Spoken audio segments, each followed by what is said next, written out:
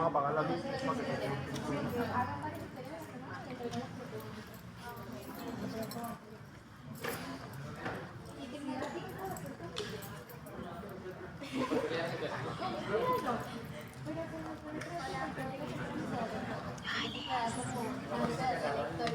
Aquí todo graba. Si bien te sientas aquí.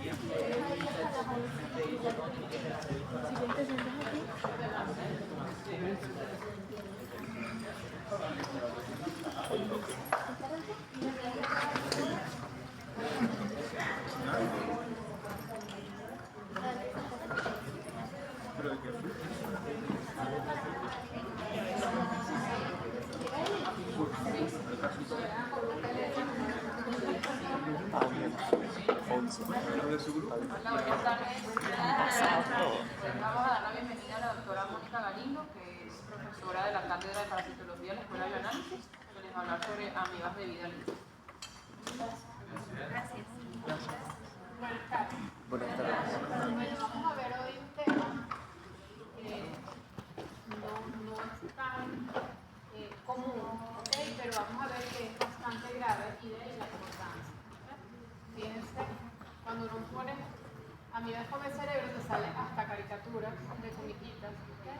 Uno se mete en las páginas web y te salen muchos artículos periodísticos, aunque bueno, vamos a ver que no hay tanta investigación como debería.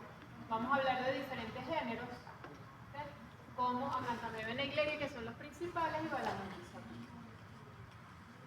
Fíjense, ellas porque son importantes, porque están en toda la naturaleza, están en todo lo que tenga agua, tierra, aire, se incluye todo lo que el humano ha hecho con agua, piscinas, aires acondicionados, incluso se han conseguido en aparatos médicos que utilizan agua, odontológicos, etc. Entonces, nosotros estamos constantemente en contacto con muchas amibas de vida libre, pero ha habido algunas de estas amibas que se han pasado al parasitismo, que a veces pueden estar parasitando, por eso son anfizoicas, porque pueden ser de vida libre o parasitarias. Son reservorios de bacterias patógenas, que ya vamos a ver la importancia, son enfermedades relativamente emergentes, que se han descrito solo de unos años para acá, producen enfermedades que son muy graves. ¿Atrás me oyen? Sí, sí. Producen enfermedades que son graves, que ya vamos a ver, con una alta virulencia, probablemente debido a su baja adaptabilidad todavía al parasitismo, con una alta mortalidad y sin un tratamiento adecuado, que es parte del problema que ocurre en estos casos. Pueden producir estas enfermedades, ¿ven? Como encefalitis granulomatosa amibiana, úlcera corneal, meningoencefalitis, y pueden ser tos portadora de bacterias patógenas. ¿Por qué es importante esto? Porque sobre todo en el caso del género Acanthomeba, estas amibas que están en todo el medio ambiente, ellas van a ser capaces de fagocitar bacterias, patógenas y no patógenas, pero a nosotros nos importan las patógenas. ¿Qué pasa? Ellas fagocitan estas bacterias y estas bacterias van a lograr sobrevivir en el citoplasma de la amiba, no se une el lisosoma, por lo tanto no se fluye esa bacteria y se queda ahí adentro y sale cuando la amiba se destruye o cuando las condiciones le son favorables. ¿Y qué pasa? Que los quistes de estas amibas son muy resistentes. Entonces eso ayuda a las bacterias a sobrevivir. ¿Qué pasa? Fíjense el tipo de bacterias que son: micobacterias, legionela, que es una de las más estudiadas porque además la legionela se transmite a través de pequeñas gotas de agua, diferentes bacterias, virus, incluso hay recientes estudios en los cuales dice que podría albergar además el Helicobacter pylori, que sabemos que está muy difundido en infecciones de la población. Entonces se ha visto que pueden además intervenir en la patogenicidad de esas amibas y se ha considerado como un mecanismo ancestral de las bacterias para sobrevivir en ese ambiente.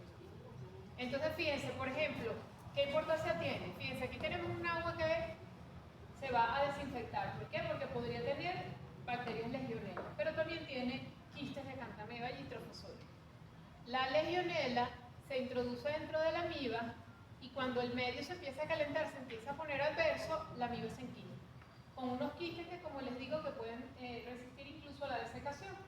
Entonces, ¿qué pasa? Se mueren todas las bacterias que están por fuera, pero adentro nos quedan otras. Entonces, no ha habido una adecuada desinfección y después ellas pueden salir y producir la patología. De ahí la importancia, incluso algunos decían que en el interior de ella es Mycobacterium leprae. Entonces que en algún momento pudieron jugar un papel importante porque generalmente la lepra se pega porque estás en contacto con otra persona con lepra. Pero ¿y si esa bacteria que está en esas amibas que se está difundiendo por ahí es capaz de infectar? Entonces, bueno, de ahí es una de la importancia de esta enterosimbiosis. Con respecto a las patologías, entonces tenemos la meningoencefalitis amibiana primaria producida por Naegleria, que es la que, si ustedes se meten y buscan artículos de periódicos, es la llamada amiba con cerebro, que siempre todos los años están saliendo en diferentes países. Fíjense, lo que les decía de los años son de reciente descubrimiento. Si ustedes han estudiado amibiasis, ustedes han estudiado malaria, han estudiado esquistosomas, que hablamos de los helmintos, ellos vienen prácticamente con el hombre desde hace muchos siglos. Y los protozoarios se empezaron a describir cuando se inventó el microscopio. Una vez inventado el microscopio se empezaron a ver. Pero aquí la relación con el humano es bastante reciente. Incluso esta que está aquí, la sapinia, hay un solo caso. Esto lo que nos indica es que hay que estar pendiente porque en otros momentos pues, pudieran aparecer mayor cantidad de casos. Fíjense, otra cosa bien característica de este tema es que fíjense, para el año 2000 habían 200 casos y para el 2023 488 casos. ¿Ustedes ya vieron malaria? Cuando la vean y les den los números de casos de malaria, son miles de casos con miles de muertes. ¿Okay? Entonces es una enfermedad que es muy importante, que está distribuida, que produce muchas muertes. Y si uno lo compara con el número de casos de estas amibas, tú dices, ¿para qué las estudio? ¿Para qué las estudia? Porque de esos 488, probablemente 484, ya vamos a discutir un poquito por qué, murieron. De estas personas que tienen queratitis, pierden el ojo o pierden la vista. Entonces de ahí la importancia, como yo siempre les digo cuando les doy esta clase, o sea, no es una cosa que uno va a pensar todo el tiempo que eso ocurre, porque es mentira, gracias a Dios. Pero uno lo tiene que tener en la base de datos, porque aquí una de las cosas importantes es pensar que eso existe y que algo nos haga decir, mira, vamos a buscar esto también porque esto pudiera ser y ahí podemos hacer la diferencia. Fíjense, ¿dónde está distribuida? En todo el mundo. En Australia, Estados Unidos es uno de los países que tiene más, Pakistán, India, en América, en todos estos países, incluyendo Venezuela. ¿Okay? Además sabemos que hay un subdiagnóstico, porque hay muchas veces que estas amibas no son diagnosticadas, el paciente se muere y piensan que es una meningitis bacteriana que no respondió al tratamiento, por ejemplo. ¿Okay? Y a la vez hay un subregistro, porque entonces hay casos que sí se han diagnosticado, pero que no se han publicado, entonces uno no los conoce. Fíjense aquí, todos estos circulitos más grandes donde hay mayor cantidad de casos en Estados Unidos, en Pakistán, en Asia, en Australia. En Pakistán una de las razones, ya vamos a ver por qué, son algunas razones religiosas, algunas técnicas que ellos hacen de lavado de nariz que tienen características religiosas y probablemente usan agua contaminada. Y en América también está ampliamente distribuido. Les traigo esto de Estados Unidos simplemente como para que vean que es el país donde más se reportan casos. Bueno, un país muy grande, con mucha gente, pero también tienen ya sistematizado lo que es el diagnóstico. El CDC desde hace muchos años empezó a estudiar estos casos y dijo, estos casos son reales, estos casos están pasando aquí. Incluso hizo un laboratorio de estudio de amibas de vida libre y tienen tratamiento, tienen métodos diagnósticos, etcétera, y han ido sistematizando los casos. Entonces, ha habido casos donde hay más casos, y ya vamos a ver por qué. En estados como Texas, Florida, Arizona y California, ¿qué tienen en común estos estados? Que son calientes. ¿Ven? A estas amibas les gusta el calor. Y además en estos estados entonces hay cualquier cantidad de parques, de piscinas, ¿okay? En los cuales puede haber agua contaminada con estas amibas. Sin embargo, fíjense que aunque a ellas les gusta el calor, y mientras más calor, alrededor de unos 40 grados centígrados, ellas se activan y son más patógenas, también se han presentado casos, bueno, en estados más fríos, probablemente durante el verano, cuando ellas se quedan en el invierno como latentes y en el verano pueden producir los casos. Generalmente pueden ser en regiones, en cosas como parques, pero también pueden ser en lagunas naturales, que ahí el problema es un poco más grave. Porque, por ejemplo, en este caso en Houston, esto fue durante la pandemia, un niñito se bañó en este parque que es Los que hagan, echan los chorritos hacia arriba y el niñito se murió. Después hicieron el diagnóstico de una meningoencefalitis amibiana primaria, hacen el estudio del agua del distrito y se dan cuenta que está contaminada. Entonces, bueno, mandan a que nadie use agua para nada y bueno, los militares empiezan a repartir agua y como estaba con la pandemia, pues pudieron probablemente controlar un poco los virus. Pero entonces así ha habido muchos casos, ya vamos a hablar de los poquitos casos que se han curado de estos casos. En Venezuela, que esta diapositiva no sé por qué se me borró, en Venezuela ha habido casos. Nosotros tenemos en el laboratorio 3. Aquí, fíjense, nosotros en el laboratorio tenemos 3 casos que nosotros diagnosticamos y tenemos la cepa en el laboratorio. El primero, vamos a ver que lo más importante aquí es que la persona esté en contacto con agua contaminada. ¿Okay? ¿Cómo se pone en contacto? Y ya vamos a ver que en la meningoencefalitis mediana primaria lo más importante es que la amiba entra por la nariz y llega directamente al cerebro. Probablemente por eso es que es tan rápido y tan grave el caso. Este fue un primer caso, un señor que se lavó con la manguera. ¿Qué pasa con la manguera? La manguera está en el jardín y le pega el sol. Y se van formando como microgotitas en las cuales esas amibas se van dividiendo. Entonces hay como una mayor concentración de amibas. Este señor se lavó la cara con la manguera, estaba contaminada y se infectó. ¿Por qué le digo lo de las primeras gotitas? Pues uno dice, ay, la manguera, no sé qué. Ahí lo primero que uno tendría que hacer es dejar correr el agua de tal manera que se arrastre todas esas microgotas. El otro caso fue una niña de 8 años que en una Semana Santa, también en Venezuela, en el estado Aragua, había como un río y pusieron unos troncos, hicieron como una laguna artificial y ahí se bañó todo el mundo en Semana Santa. Y resultó que esta niñita se infectó y posteriormente entonces, cuando nos trajeron a nosotros el líquido, ya la niña había fallecido. Y el último es un caso de un bebecito de meses, que nosotros no diagnosticamos del líquido, pero a nosotros nos llega al laboratorio la mamá, que era pediatra, el niño se había muerto y ella no sabía, o sea, no le habían dicho una meningitis, pero no sabía por qué. Ella empieza a investigar y como tenía guardado un poquito de líquido, nos lo lleva al laboratorio. Claro, ese líquido ya tenía muchos días, no le pudimos hacer cultivo, pero le hicimos PCR y dio positivo. Entonces ella empieza a buscar de dónde era que salió esa amiba, porque ellos habían ido a un hotel en Maturín. Entonces, claro, me imagino que cree que era de la piscina. Se pone en contacto con epidemiología y analizan el agua de la piscina, analizan el agua del pozo de su urbanización y del botellón que tenía en su casa. Al final resultó que el agua estaba en el pozo de la urbanización. ¿Okay? Porque incluso nosotros después, posteriormente, esa muestra se mandó a España con una profesora de nosotros que está haciendo un doctorado allá, se le hizo secuenciación y coincidió el ADN de el líquido cefalorraquídeo del niño con el de la muestra del pozo. ¿Okay? Entonces, fíjense, ha habido un caso de una niñita en unas aguas termales en Occidente, son capaces de vivir incluso en aguas termales que son muy calientes. Ha habido otros casos, hay casos por ahí en la literatura que publican, pero no demuestran la amiba ni por cultivo ni por PCR. Entonces ahí uno podría decir, a lo mejor no era una antamistolítica, le pusieron esa bomba de tratamiento y el paciente sobrevivió.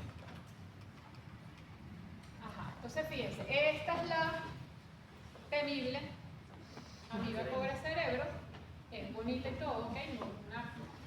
Pero bueno, puede producir todo esto. Fíjense, es una amiba que es bastante simple, produce un pseudopod de tipo lobopodio, el ectoplasma granuloso. Este es el núcleo. El núcleo es importante porque fíjense que tiene un nucleolo y un espacio blanco. Ese núcleo es importante porque en las autopsias o en las biopsias a veces esos núcleos de esas amibas son los que llaman la atención. ¿Okay? Y una de las cosas que tiene es que fíjense que aquí tiene una vacuola contráctil. No sé si ven un circulito blanco. Porque ellas se encuentran en el agua, entonces ellas tienen que mantener el equilibrio hidroelectrolítico, ellas abren y cierran esa vacuola, eliminando agua y de esa manera no explota. Porque una célula que le entre mucha agua termina explotando. Entonces miden unos 10 a 35 micras.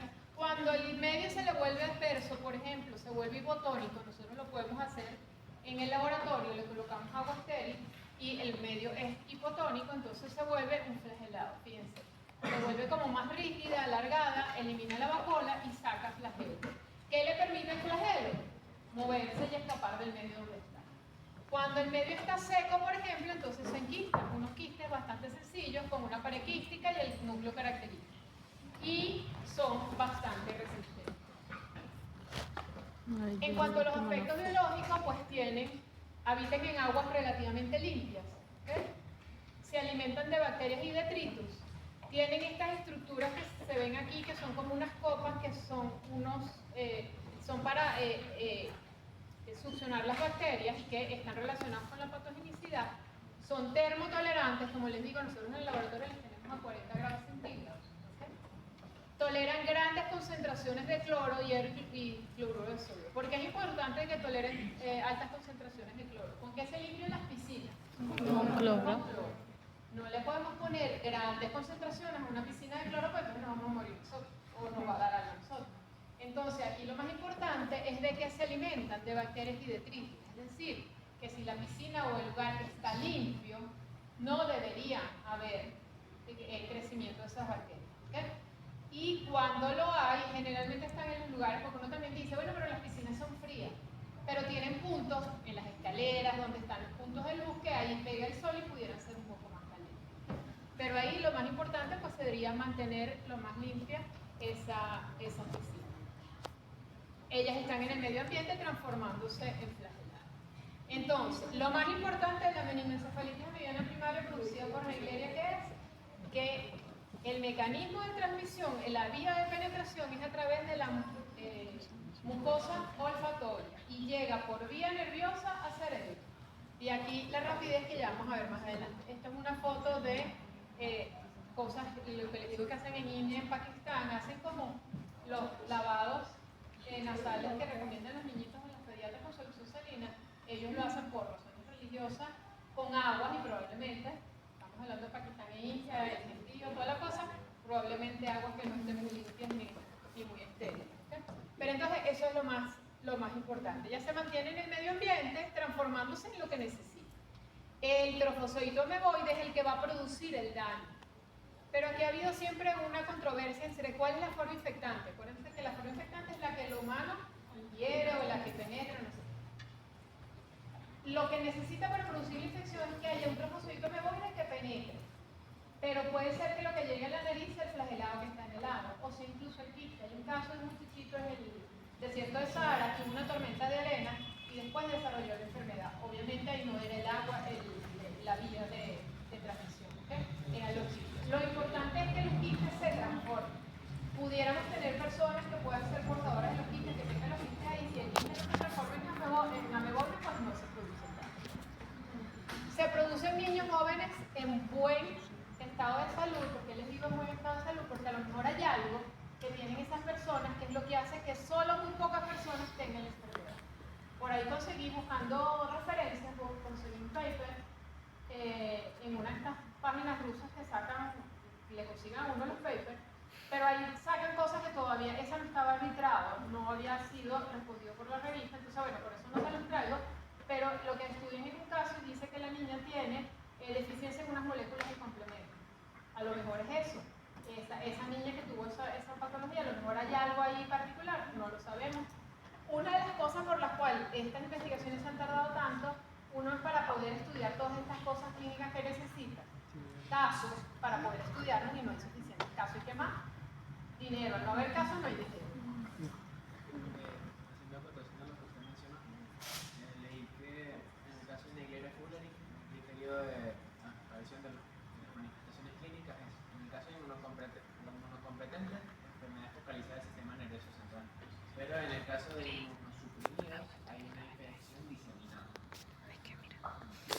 Sí, aunque generalmente aquí no discriminamos. O sea, la Naegleria puede afectar tanto a inmunosuprimidos como a inmunocompetentes. En el caso de Cantameva sí es importante esa discriminación. Pero generalmente estos pacientes duran muy poquito. O sea, uno no puede hacer un estudio muy grande porque son pacientes que mueren. El periodo de incubación es de 3 a 7 días y la media de muerte, si el paciente no es adecuadamente tratado, es de 5 días. Entonces, muchas veces cuando se hace el diagnóstico ya el paciente ha fallecido. Entonces, fíjense, lo más importante es el contacto con aguas estancadas. A veces, después de que el paciente no resulta los antibióticos que se le ponen, cuando empiezan a seguir investigando, se dieron cuenta que el paciente la semana pasada estuvo en agua estancada. Y la ruta de invasión es el neuroepitelio olfatorio. Ya lo vimos. Entonces, fíjense, ellas pueden penetrar o entre las células epiteliales de la mucosa o fagocitadas por la mucosa. Para penetrar, entonces, tiene cisteína proteasas que degrada el moco, tiene proteínas que se unen, como la endamextolítica, que se une a la galactosa para poder adherirse, ella se une a manosa. Todos estos protozoarios, para poder desencadenar todo lo que desencadenan después, secretar enzimas, etc., necesitan unirse a una molécula específica. En este caso, a través de unas proteínas que tienen, se unen a residuos de manosa y empiezan a hacer interacciones con laminina, fibronectina, colágeno y lo van destruyendo. Si van destruyendo toda esa matriz extracelular, por ahí ellas pueden ir pasando. Penetran el epitelio olfatorio y por donde van penetrando ellas van destruyendo ese tejido y secretan unas proteasas que ya vamos a ver que son bien importantes. Estas son parte de las cosas que se han estudiado, como les digo, hay pocos casos y no hay tantas investigaciones, pero fíjense todo lo que se ha conseguido. Hay una neurominidasa, activan plasmina y con eso activan todas estas metaloproteasas que destruyen ¿qué? Colágeno, laminina, fibronectina. Tienen también una serie de cisteína, bueno, las mismas metaloproteasas que además pueden destruir inmunoglobulina G, inmunoglobulina moléculas de complemento. Ellos son capaces de activar complemento, pero destruyen moléculas de complemento. E impiden que el complejo de ataque de membrana se una a las células. Tienen además fosfolipasas y esfingomielinasas. ¿De qué está compuesto el tejido nervioso? De esos lípidos. Entonces, con ellas va destruyendo todo a su paso y va produciendo una desmielinización. También tiene una glucosidasa y tiene una proteína formadora de poros, que es una proteína que va a hacer pequeños orificios en la célula blanca. Ella la utiliza para destruir sus bacterias en su interior, pero también la utiliza para destruir células blancas. Los mecanismos de agresión de la Naegleria, podríamos decir, activa, se activa una proteína de reacción a manosa, tiene una vía del complemento que yo me acuerdo que... No, pero la proteína de unión amanosa es para la adhesión. Ella con eso se adhiere. Y después de que se desencadena, todo lo demás adhiere. Incluso eso lo han visto porque si tú pones esas anillas en un medio que tenga manosa disuelto, no se une a las células, porque la proteína de ella se unió a todos esos residuos. Y puede ser incluso bloqueado por anticuerpos. En este caso, esa es la importancia de la proteína. Aquí debe haber muchas cosas que no se saben, que probablemente pudieran estar participando en todo eso. Profe, una pregunta, que no me quedó claro cuál sería la respuesta correcta para cuál sería la forma evolutiva infectante. La forma evolutiva infectante pudieran ser cualquiera de las tres, pero tiene que haber un proceso de transformación entre fosfolito ameboide, que es el quimbado. Es decir, a la nariz puede llegar el quiste. Si se transforma entre fosfolito ameboide, ahí se produce la infección. En cuanto a la respuesta inmune, lo mismo que les decía, no hay tanta información de la respuesta inmune en el humano porque tiene que haber casos para nosotros poder estudiar esa respuesta inmune. Pero se sabe que hay una respuesta inmune inflamatoria con producción de gran cantidad de citoquinas. Sabemos que a veces cuando hay estas respuestas inmunes tan grandes, pues no solo se afecta el parásito, sino que se afecta el hospedador y se va dañando ese tejido.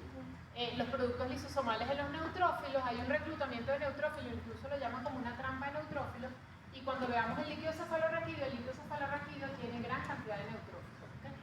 Proteasas y colagenasas, todas estas citoquinas, interleuquina 1, interleuquina 6, TNF, van destruyendo también y dañando el tejido. Además, bueno, también hay una vasodilatación, permeabilidad vascular y se va terminando de dañar todo ese tejido. Lo que sí se sabe de los anticuerpos, fíjense, una de las cosas se han visto, pero eso fue hace muchos años que se hicieron unos trabajos y se vio que había anticuerpos específicos contra Cantamebe y Naegleria en personas sanas. A lo mejor habría que hacer un estudio masivo para ver si de verdad todas las personas, como estamos en constante contacto con ellas, pues hemos desarrollado, esperemos que sí todos, anticuerpos contra esas amibas y si pudiera por ahí estar la respuesta. Se ha visto que estos anticuerpos bloquean la adhesión. Al bloquear la adhesión, ahí ya no se desencadena más nada. Tiene un efecto citopático y una capacidad fagocítica. Por ejemplo, la IgA, en el caso de acantameba, si nosotros tenemos IgA en mucosa olfatoria para Naegleria o en la córnea para acantameba, bloqueamos la adhesión y bloqueamos el gas. Pero también se ha visto que son capaces de evadir esa respuesta inmune. Ellas destruyen inmunoglobulina, moléculas del complejo mayor del complemento, a través de la cisteína proteasa y del gluten. glicofosfatidilinositol, y hacen un fenómeno de cupping parecido en temectolite, que ellas pueden ingerir inmunoglobulinas, las rompen y después las vuelven a excretar y ya no son adecuadas. Ajá, fíjense lo que produce. Lean estos síntomas que están aquí. ¿Eso les dice que puede ser una meningitis por Naegleria? No. No. ¿Okay? Los síntomas son muy generales. Son dolor de cabeza, fiebre, rigidez de nuca, náuseas, vómitos, alteraciones mentales, somnolencia. ¿Qué le dice eso? Que tiene una afección del sistema nervioso central. Y cuando empiezan a ver cómo se comporta y las características del líquido que ya vamos a ver, esto parece una infección bacteriana, que es con lo que hay que hacer el diagnóstico diferencial, y obviamente es lo primero que se piensa porque es lo más común. Hay lesiones de forma centrípeta, se destruye toda la materia gris y blanca, hay necrosis, infiltrado inflamatorio. Fíjense, todas estas son amibas que están alrededor de los vasos sanguíneos y que van destruyendo todo esto. No se observan quistes de Naegleria en el tejido porque, como les dije, es muy rápido y ella no se quita. Solo vamos a observar trofozoides. Profe, una pregunta. Ajá. Ante estas infecciones, ¿se verían aumentados los neutrófilos o los eosinófilos? En este caso, los neutrófilos. O sea, que no se podría distinguir por ahí por... No se podría distinguir. Igual ahorita vamos a ver cómo es la característica del líquido cefalorraquídeo. Justamente hablando, ¿cómo describiría las lesiones de forma centrípeta de la patogénesis? ¿Perdón? ¿Cómo describiría las lesiones de forma centrípeta de la patogénesis? La manera como se van haciendo esas lesiones, ¿ves? Que se van como haciendo, agrandando las lesiones a partir del foco. Aparece que llega a nivel de nervioso, pasa líquido al espacio subaracnoideo o pasa directamente al parénquima y se va haciendo. En el caso de las acantamebas, que las formas las describen como de forma centrífuga, son más bien como, son como más concretas. En el caso de acantameba, tenemos quistes y trofozoitos. ¿Okay? En el caso de los quistes, en el caso de los trofozoitos, fíjense que a diferencia de las otras que vimos ahorita, este no tiene un pseudópodo romo, sino que es así como espelucado, ¿okay? Porque lo que tiene son unos acantopodios o unos filopodios muy delgaditos, que incluso le dan como menos movimiento. Tiene la misma característica del núcleo y la vacuola contracta. Son un poco más grandes la mayoría de las veces. Pero ¿qué pasa? En acantameba hay varias especies, no solo una especie. En el caso de Naegleria, hasta ahora, solo se ha visto Naegleria fowleri produciendo daño. Digo hasta ahora porque no sabemos qué vamos a seguir consiguiendo. Pero en el caso de acantameba se han visto y se han descrito varias especies. Y las especies se describen en base a los quistes. Fíjense que todos esos quistes son diferentes. ¿Okay? Se han descrito en base a cuánto miden, si miden más o menos de 18 micras. Y tienen un ectoquiste, que es esta capa de afuera, y un endoquiste. Fíjense que en algunos casos el ectoquiste, aquí ven una microscopía electrónica, el ectoquiste es como plegado, puede ser triangular o poliédrico el endoquiste y tiene puntos de unión que se llaman ostiolos donde se unen los dos puntos. Entonces son bastante característicos en este caso, a diferencia de las Naegleria que no tenían muchas cosas. ¿Cómo se produce aquí la infección? Para que llegue al sistema nervioso central, llega por vía sanguínea, como la mayoría de los microorganismos. ¿Okay? Entonces, ¿desde dónde llega? Desde un punto que puede ser nariz, puede ser ojo, puede ser piel, puede haber una lesión en piel que no se había dado cuenta, o el paciente puede ser simplemente portador y estar en esa forma, estar en esos lugares. Pero ¿qué pasa? Para que acantameba produzca el daño en el cerebro, se necesita que el paciente esté inmunosuprimido, es decir, un paciente con HIV, un paciente con diabetes, con cáncer, con tratamiento de cáncer, con esteroides. Los esteroides disminuyen el sistema inmunológico y permiten que la acantameba pase a cerebro.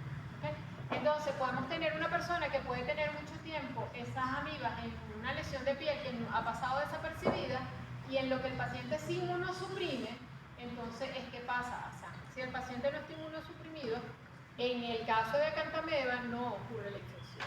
Entonces aquí la vía de transmisión es a través de la vía hematógena. Viven en aguas un poco más sucias, incluso se han visto en heces de animales, en heces de humanos se han visto quistes de acantameba, pero aparentemente no tienen ninguna relación con patología, simplemente son de ingestión de agua contaminada. Igual se alimentan de bacterias, toleran mayores concentraciones de cloro anoxia, concentraciones de cloruro de sodio, resisten mucho más a la desecación Hay un autor que tenía un poco de cultivos y tuvieron como 20 años secos allá en una estufa y después de los 20 años le coloca medio líquido y decide ver y resulta que el 15%, el 15, el 20% de todas esas amibas habían revivido, sobrevivido y se habían multiplicado. O sea que ellas son súper resistentes. Y bueno, el fenómeno de endosimbiosis que ya vimos al principio de la clase. Entonces, en el caso de encefalitis granulomatosa por acantameba, se da solo en personas inmunosuprimidas por vía hematógena y el periodo de incubación varía porque a veces ni siquiera sabemos desde cuándo estaba la amiba ahí y en qué momento logra ella pasar a sangre. Aquí se da una hipersensibilidad de tipo 4, ¿okay? Hay macrófagos, monocitos o eosinófilos alrededor de los vasos sanguíneos, ya vamos a hablar un poquito de cómo es la patología, pero se forman granulomas. Esto hace que sea una patología a veces subaguda, más lenta, ¿okay? No produce la muerte tan rápido como en el caso de Negley. Hay una necrosis producida por la fosfolipases y las neuroamidasas y bueno, edema cerebral igual que en el caso de Negley, ¿okay? Que muchas veces es la causal de muerte. Aunque en estos pacientes a veces la causal de muerte no es la amiba, porque tenemos pacientes que están inmunosuprimidos. Nosotros tuvimos un paciente que tenía una neoplasia, el paciente murió, bueno, tenía la acantameba en el cerebro y terminó muriendo por la misma enfermedad. Las características son igual de los síntomas, alteraciones mentales, convulsiones, fiebre, ¿okay? Son lesiones más granulomatosas, ¿okay? Que van a ser más localizadas. Aquí esto puede parecer una infección micótica, una infección tuberculosa, muchos de esos pacientes que hacen tuberculosis, o incluso una lesión por ocupación de espacio, un granuloma, un cáncer, etc. El que nosotros tenemos, al paciente le extrajeron líquido de ese granuloma y no los mandaron, en realidad ellos pensaban que era una amibiasis secundaria por enfriamiento líquido, pero nosotros lo sembramos en los dos medios y resultó que era una acantameba del paciente que tenía neoplasia, pero de ese granuloma localizado, que también los síntomas dependen un poco de en qué parte esté localizado el granuloma, el tamaño del granuloma, ¿okay? Y el tejido que esté presionado. En ese caso sí tenemos quistes hidrofosforitas en la muestra. En el caso de Balamutia, que también se han presentado más o menos casos, fíjense que aquí no les tengo imágenes propias del laboratorio porque ella no crece en el medio que nosotros tenemos, ningún medio sintético, se necesitan células para que ella crezca, cultivo de células. Entonces, bueno, lo que se ha descrito son unos trofosoditos grandes, fíjense que son hasta 60 micras, son más grandes, pueden tener el mismo núcleo característico, pero pueden tener dos, ¿okay? Y puede tener este movimiento de tipo lobopodio o este que lo llaman en la literatura como like spider, como si fuera una araña. Y los quistes también pueden ser mucho más grandes, o sea, tetramicras, y tener un ectoquiste, un endoquiste y un mesoquiste en el medio. En el caso de Balamutia se encuentra, más que en el agua, se encuentra en la tierra. Hay el caso de una niñita que se murió por esto y consiguieron Balamutia en las macetas de tierra de su casa. En el caso de la patología, se puede producir en inmunocompetentes e inmunosuprimidos. Hay de los dos tipos. ¿Okay? O sea, aquí no necesita, como en el caso de acantameba, que el paciente esté inmunosuprimido. Aquí los primeros casos de Balamutia, hay menos casos diagnosticados porque es más difícil diagnosticarlos, fueron dos hermanitas que se bañaron en el embalse de Camatagua hace muchos años y en el CDC de Atlanta le hicieron el diagnóstico, lo trataron y sobrevivieron. Esta no es tan agresiva como las otras y si el paciente es inmunocompetente, ¿okay? Son síntomas y signos también bastante comunes. Se pueden encontrar trofosoditos y quistes. Pero también puede haber algunas lesiones cutáneas, ¿okay? En el caso de acantameba generalmente es en pacientes inmunosuprimidos, ¿okay? Este era un paciente con HIV y puede haber, bueno, pápulas, nódulos, placas. Esta lesión puede ser la inicial y de ahí puede pasar al sistema nervioso central. En el caso de Balamutia se ha visto en personas inmunocompetentes y esto es bastante común en la literatura, ¿okay? Generalmente se da en la región centrofacial y generalmente es una lesión única por Balamutia mandrillaris y eventualmente puede pasar al sistema nervioso central.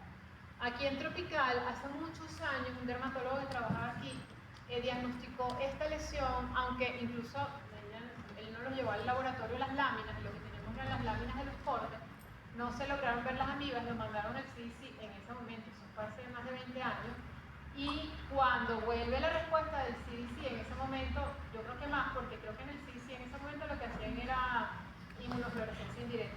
Cuando vuelven los resultados, el muchachito ya había fallecido y era positivo para... Él empezó con esto y terminó con una encefalitis granulomatosa.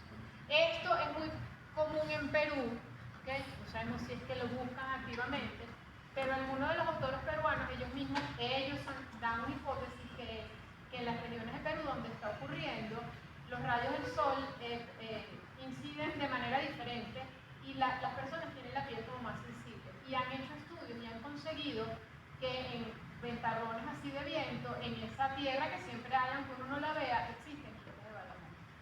Seguirán estudiando, no sabemos bien exactamente por qué hay tantos casos ahí.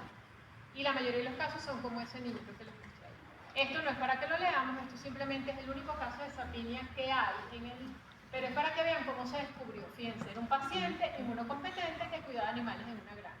Tuvo una infección de ceros paranasales que se mejoró. Y posteriormente empieza a presentar algunos síntomas nerviosos del sistema nervioso central y le consiguen una masa de 2 centímetros. Hacen biopsia de esa masa de 2 centímetros y consiguen unos trofocitos grandes con 2 núcleos, una gran vacuola y el núcleo igualito al que yo les mostré aquí. Entonces ahí empiezan a investigar qué amiba puede ser y entonces, bueno, determinan que es una sapinia. Al principio habían dicho que era diploidea, después ya se empezó a ver y se dan cuenta que es otra especie. Pero es para que vean que puede ocurrir aquí el que tenga relación con animales de granja o lo que se esté haciendo en la granja pudiera estar relacionado, no lo sabemos. Fíjense el tratamiento, que ya vamos a hablar del tratamiento de varias cosas y muy largo, por unas 31 semanas. Estas amibas son bien difíciles de tratar.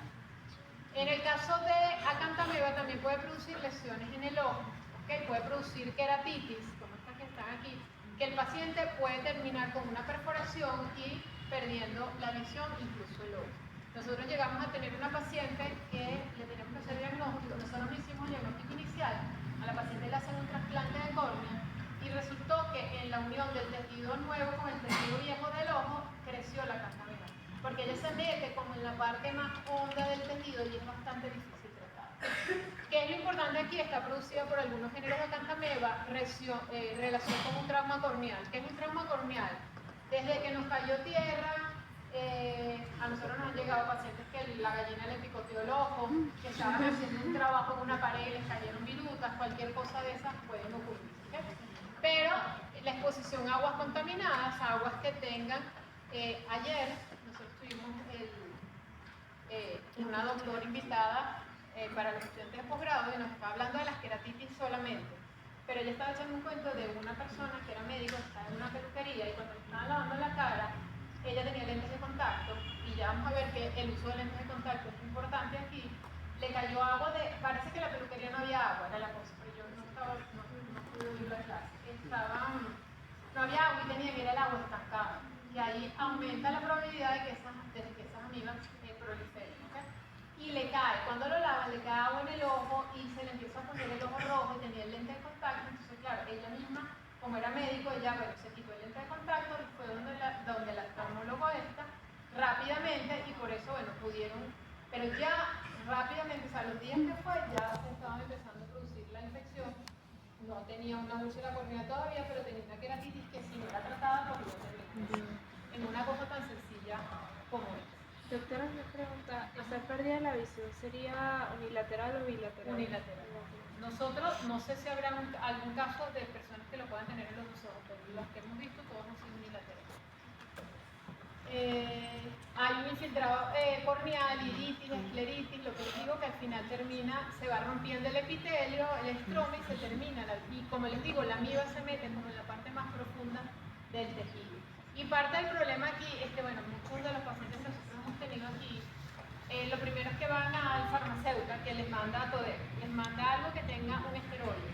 Y los esteroides hacen que baja la inflamación, pero baja también la posibilidad de atacar a la amiba, y a la amiba le gusta estos esteroides. ¿Okay? Entonces, en ese caso no sería lo más adecuado. Y a veces cuando llegan, pues ya está bastante avanzado el tratamiento.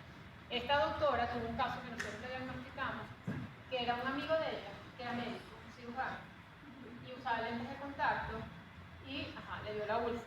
Lo empiezan a tratar, bueno, esto lo podríamos hablar con el tratamiento, pero lo empiezan a tratar y deciden hacerle una técnica que es como que toman del mismo tejido epitelial y le cubren la úlcera.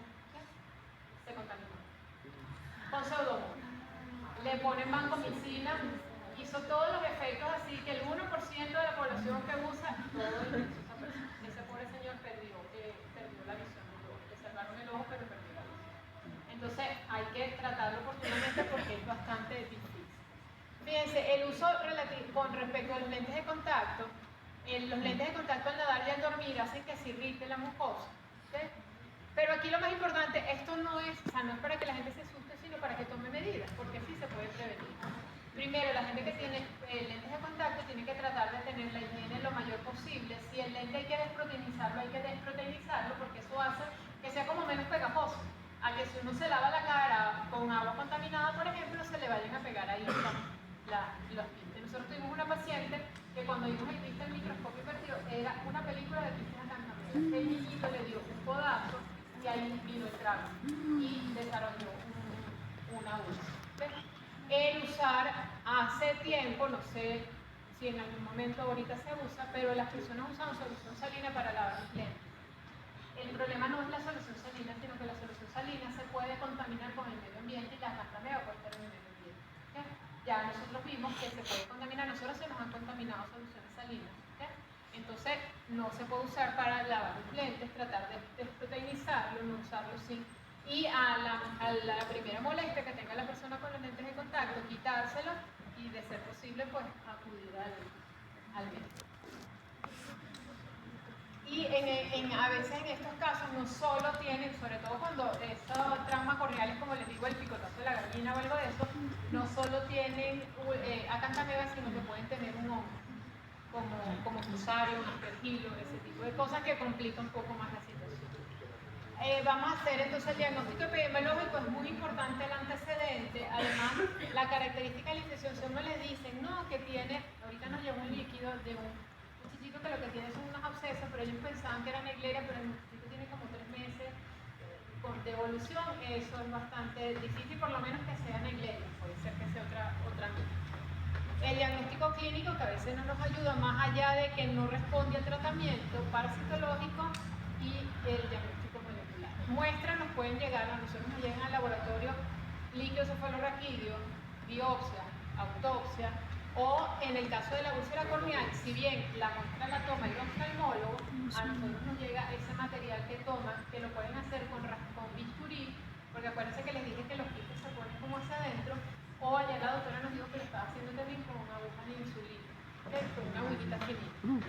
Raspado de córnea, nos pueden llegar lágrimas, córnea, incluso nos llevan los lentes de contacto, que sería lo ideal. Si uno tiene sospecha, pues evaluar los lentes de contacto antes de, y a veces la doctora también manda a investigar los lentes de contacto antes de hacer un raspado, porque si uno va a tomar una muestra para bacteriología o para micología, generalmente eso es un hisopo estéril, y con eso uno lo puede centrar, pero aquí no crece nada.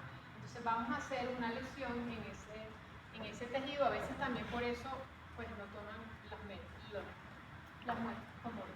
El líquido cefalorraquídeo, bueno, se hace un estudio como se hace todo estudio de líquido cefalorraquídeo, pero vamos a ver un fresco en el cual vamos a ver, estos son fotos antes de los celulares, ¿okay? Unas fotos que están en la cátedra, pero fíjense que tomaron el glóbulo rojo para que hay algo, o sea, ustedes no pueden meter en las manos en el fuego que eso es una Naegleria, pero hay algo se está moviendo, hay algo está cambiando de forma, entonces hay que seguir investigando. Vamos a hacer coloraciones en todo el líquido cefalorraquídeo. Cuando uno hace el diagnóstico, uno colorea para ver qué tipo de células tiene. ¿Okay? Las amibas, ellas se colorean como les da la gana. ¿Okay? A veces se colorea el núcleo, a veces se le colorea los pseudopos, no son uniformes, no se pegan bien a la lámina. Pero ¿qué pasa? Si nosotros vemos unas células que son sospechosas en el líquido, cuando le hacemos la coloración, si son neutrófilos, si son macrófagos, ellos se van a colorear bien, entonces por ahí podemos empezar a hacer el diagnóstico. Lo que más nos ha resultado a nosotros es el cultivo, es un cultivo muy básico, ¿okay? Un cultivo bifásico que tiene una fase sólida y una fase líquida arriba. ¿Okay? Y le vamos a, no tiene nada de nutritivo, y entonces le colocamos Escherichia coli, que es lo que ellas se van a de los que ellas se van a alimentar. ¿Okay? Ahora, ¿qué pasa con este cultivo? A nosotros de verdad que nos ha resultado bastante bien porque aumenta la sensibilidad, aumenta la especificidad, pero podemos dar el resultado hasta los 8 días. En el caso de meningoencefalitis aviviana por Naegleria, no nos serviría. ¿Okay? En una úlcera corneal uno puede esperar un poquito más. Generalmente son personas que ya han pasado un mes con una semanita la pueden esperar. En el caso de las aguas también, pero en el caso de la meningoencefalitis es difícil. Y podemos hacer la prueba de flagelación para diferenciar esas amibas, pero eso depende de la cantidad de líquido que tenemos, de la cantidad de amibas que tenemos, colocarlo en agua destilada estéril. Tiene que ser estéril porque el agua puede tener flagelados para que no nos confundan. Y bueno, ya vamos a hablar un poquito del PCR. Fíjense, estas son más o menos las características de los líquidos. En el caso de Naegleria, es un líquido bastante turbio, ¿ok? Con gran cantidad de células de predominio polimorfos nucleares. Y puede tener la glucosa baja, ¿ok? Como una infección bacteriana. En el caso de la encefalitis, el líquido, si bien tiene también células, ¿ok? Pero el líquido es un poco más claro. En el caso de la encefalitis granulomatosa, a veces nos se dificulta la toma de la muestra de líquido cefalorraquídeo porque el paciente tiene la presión intracraneal muy alta, depende de dónde esté localizado el granuloma. Y en el caso de acantameba, a veces no hay amibas en el líquido porque si el granuloma está lejos de donde se forma el líquido cefalorraquídeo, pues a veces no hay paso al mismo. ¿Okay? Pero esto es un líquido que, bueno, uno muy fácil puede decir que es un líquido por bacterias. ¿Okay? Nosotros entonces también podemos hacer el análisis de ese raspado, igualito que como hicimos con el líquido. Fíjense, este es un examen directo en el cual se ve esta estructura así como estrelladita. Ahí nos ayuda a ir haciendo un diagnóstico inicial antes del crecimiento colocamos en lo que nos dieron, o sea, rasparon con el bisturí y eso se colocó entre la mina y la minilla y se vio el. Y bueno, aquí el cultivo es bien importante y también podemos ver, nosotros podemos colocar en una placa estéril el lente de contacto y verlo al microscopio invertido. El microscopio invertido es un microscopio que la luz sale de arriba y que lo que es para ver placas, tubos, los frasquitos los falcos en los que se hacen cultivos celulares, todo eso se puede ver en ese tipo de microscopio. Y nos permite a nosotros poder ver toda la placa y dependiendo de lo que veamos ahí, bueno, después lo vemos en un microscopio normal con mayor ángulo.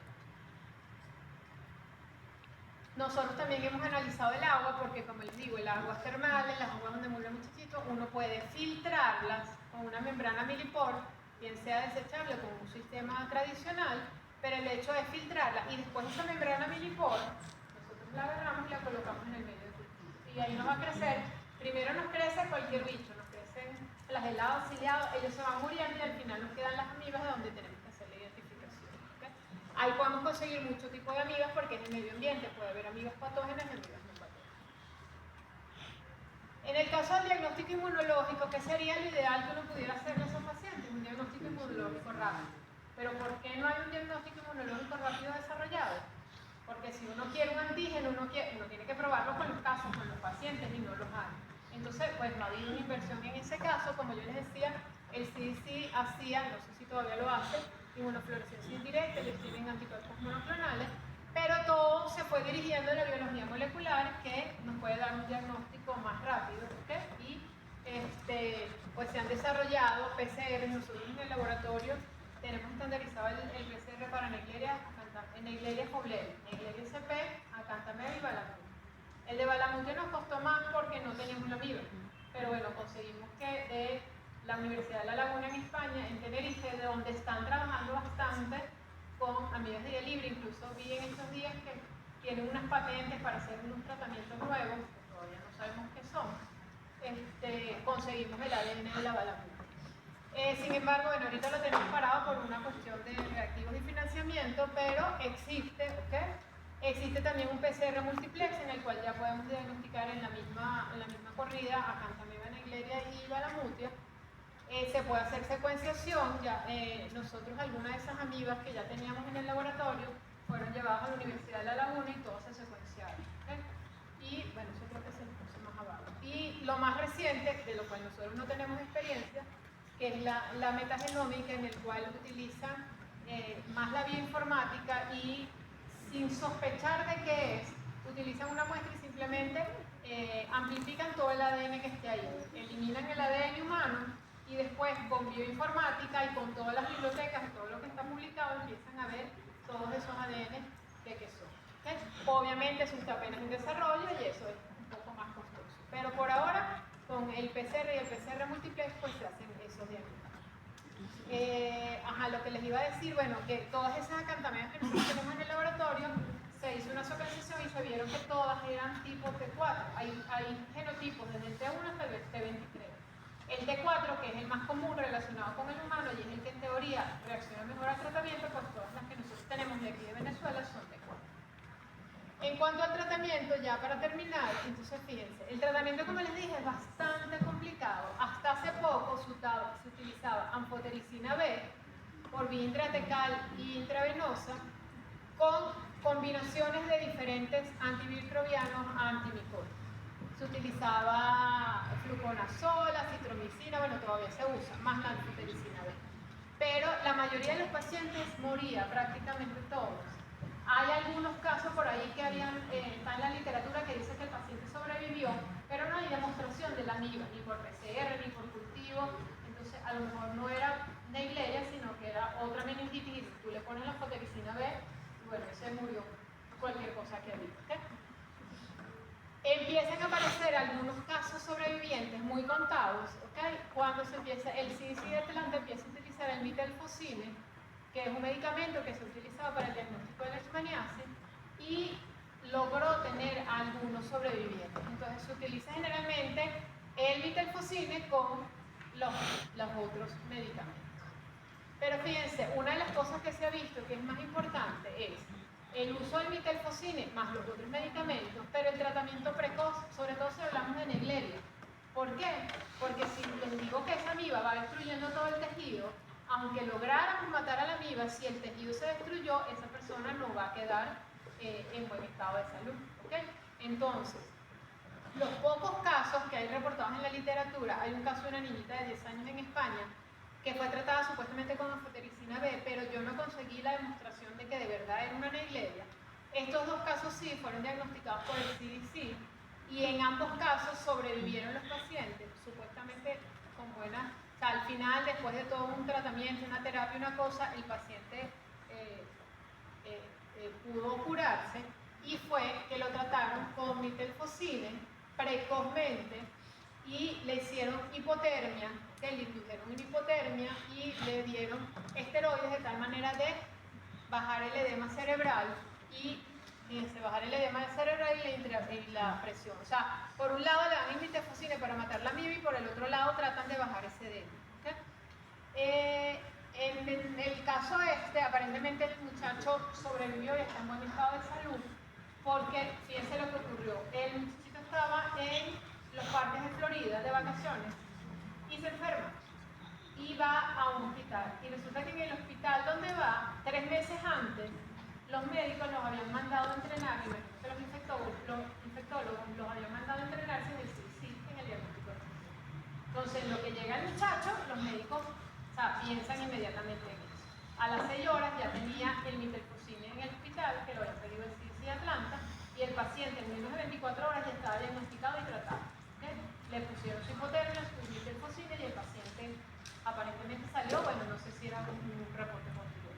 Incluso ahorita ya sé que hay como unos 25 hospitales en Estados Unidos en los cuales tienen de reserva el mitelfosine por si alguien lo necesita y lo pide. Las averiguaciones que he hecho aquí, no hay mitelfosine, como no hay, bueno, muchas cosas de esas raras que necesitamos, que además generalmente pues muchas veces las trae del gobierno.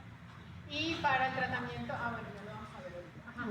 Una pregunta, que se había nombrado de que también se hacía una terapia con esteroides, pero ¿era este o el otro parásito que los esteroides eran malos? O sea, aquí cuando el caso es tan grave le ponen esteroides porque ahí lo ideal, o sea, lo primordial es bajar el edema cerebral porque si no igual el paciente se va a morir. Y con el otro tratamiento, pero en los otros casos, en el caso de Cantameva, no se puede poner el esteroide solo, o sea, tú pones un coliroesteroide porque ahí sí puede ser peligroso. Habrá algún momento en el que los pacientes logren poner, los oftalmólogos puedan poner algún esteroide, pero ya en combinación con el tratamiento. O sea, no dejar solo la amiba ahí con el esteroide haciendo el azul. Pero en este caso lo primordial es bajar el edema cerebral para poder bajar un poco el daño. Otra de las cosas más nuevas que se está utilizando son las nanopartículas para tratar de llevar, porque ¿qué pasa? Estos medicamentos a veces también matan la amiba, pero necesitan una alta concentración. Y tienen que pasar barrera hematoencefálica, todo eso. Entonces la concentración tendría que ser muy alta y son generalmente medicamentos que son tóxicos, hepatotóxicos, nefrotóxicos. Entonces con las nanopartículas pues las llevan dirigidas directamente allá.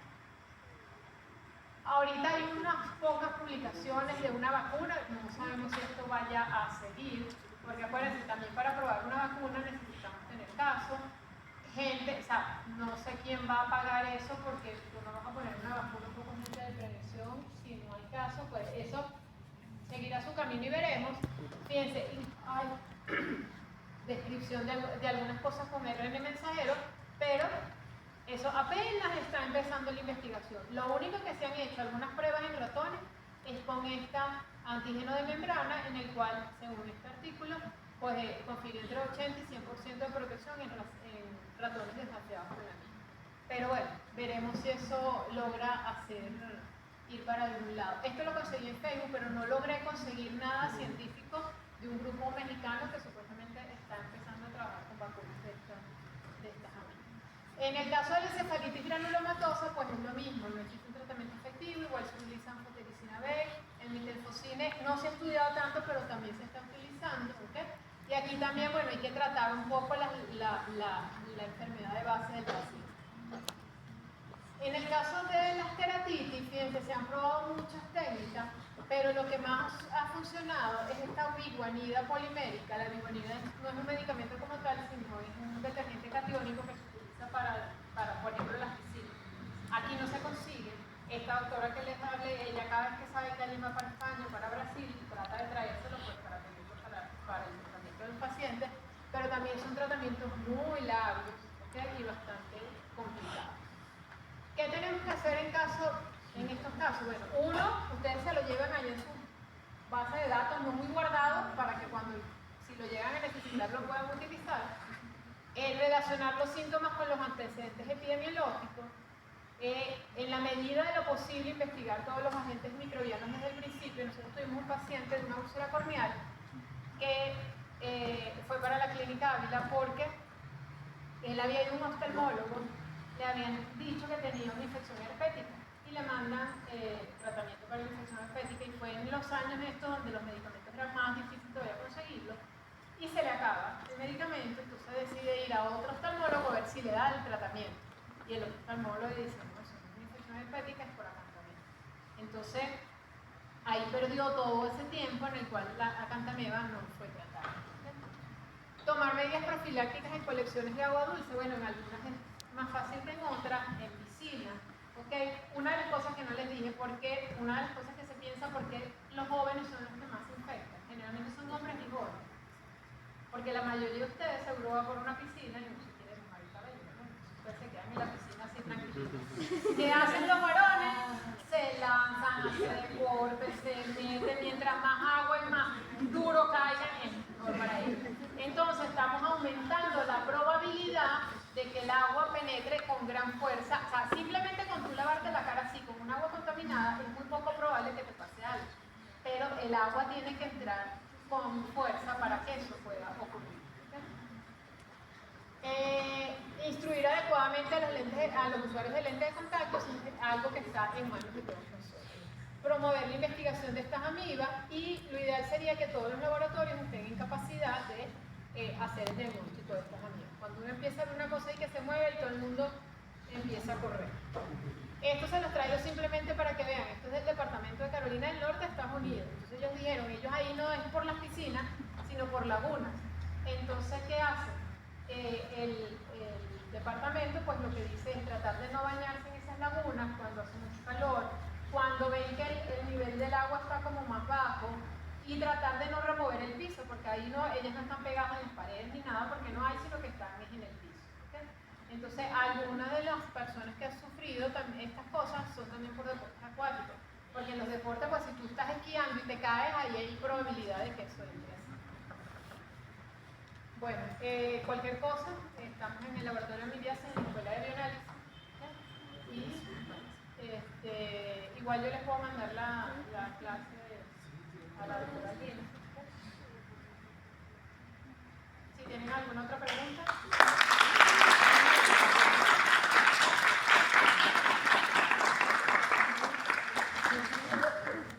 ¿Alguna pregunta?